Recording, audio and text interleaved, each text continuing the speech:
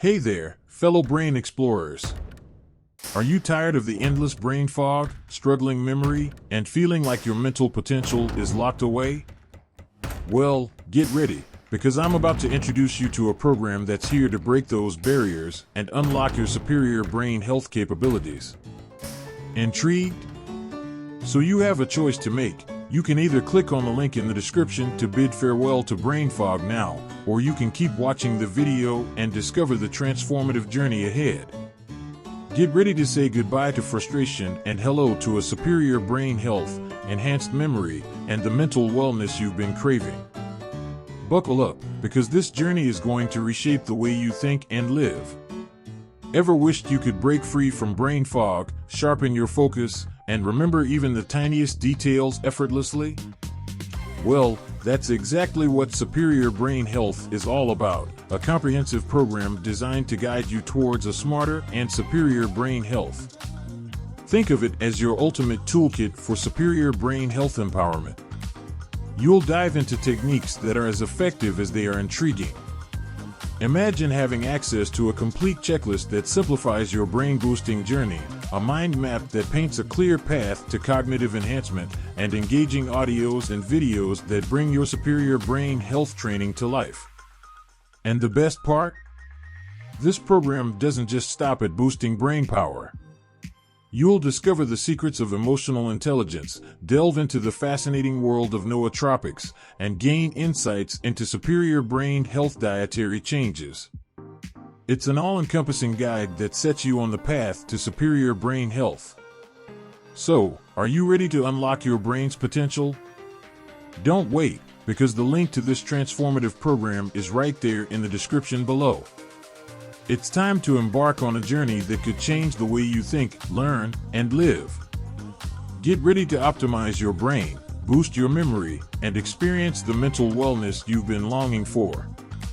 Click that link in the description, and let's dive into superior brain health together. Get started now, transform your brain health.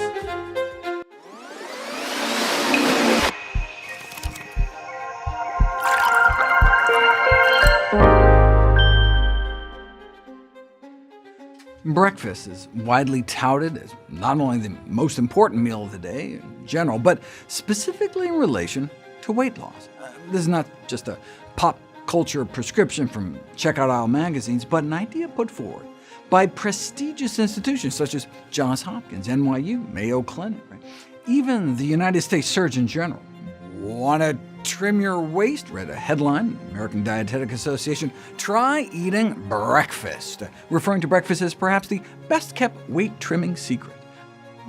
But is it true? The Duke School of Medicine's health newsletter was skeptical. It's always been billed as the most important meal of the day, until now.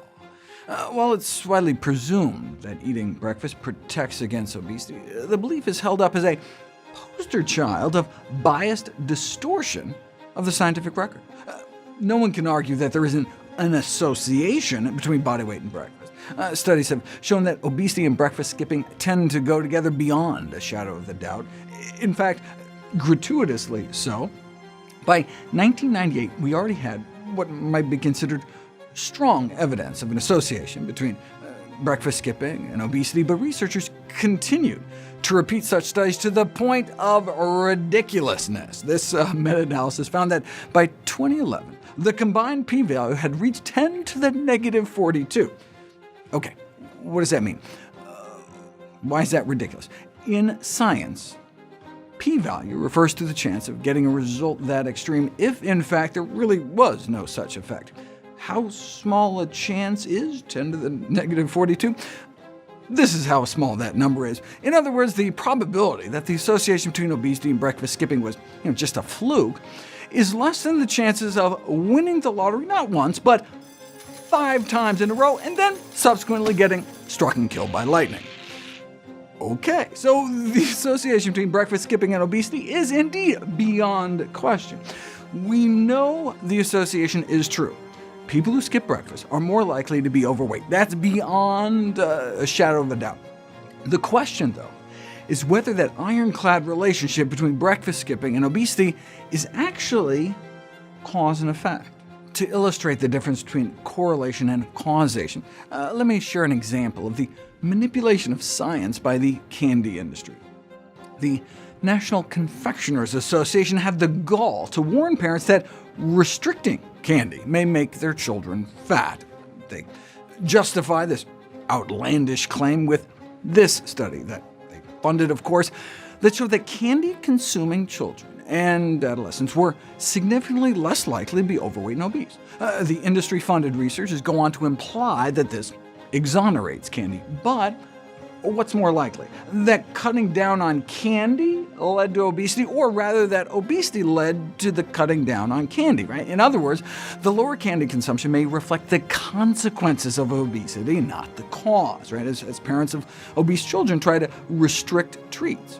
Similarly, the finding that those who skip breakfast tend to be heavier is equivalent to saying that those who are heavier tend to skip breakfast, right? It doesn't seem to be more likely that overweight individuals might just be skipping breakfast in an effort to eat less, rather than eating fewer meals somehow leading to weight gain.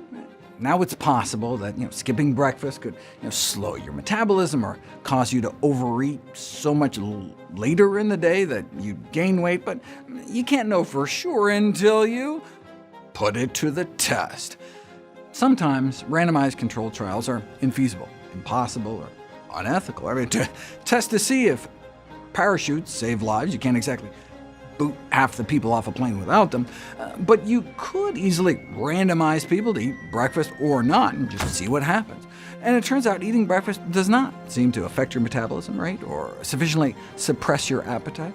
Most studies, 95%, found that eating breakfast tends to lead to the same or greater caloric intake over the day.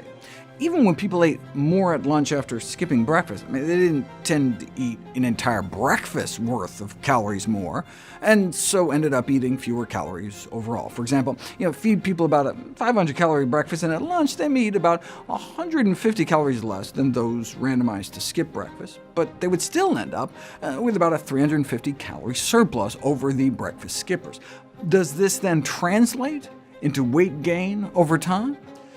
Researchers at Brigham Young University randomized 49 women who habitually skip breakfast to either start eating breakfast or continue skipping. If breakfast somehow magically leads to weight loss, then the newly eating breakfast group should benefit. But no, compared to those who continued to skip breakfast, adding the extra meal led to hundreds more daily calories consumed and nearly a half a pound of weight gain a week. If you already eat breakfast and start skipping it, will you lose weight? We'll find out next.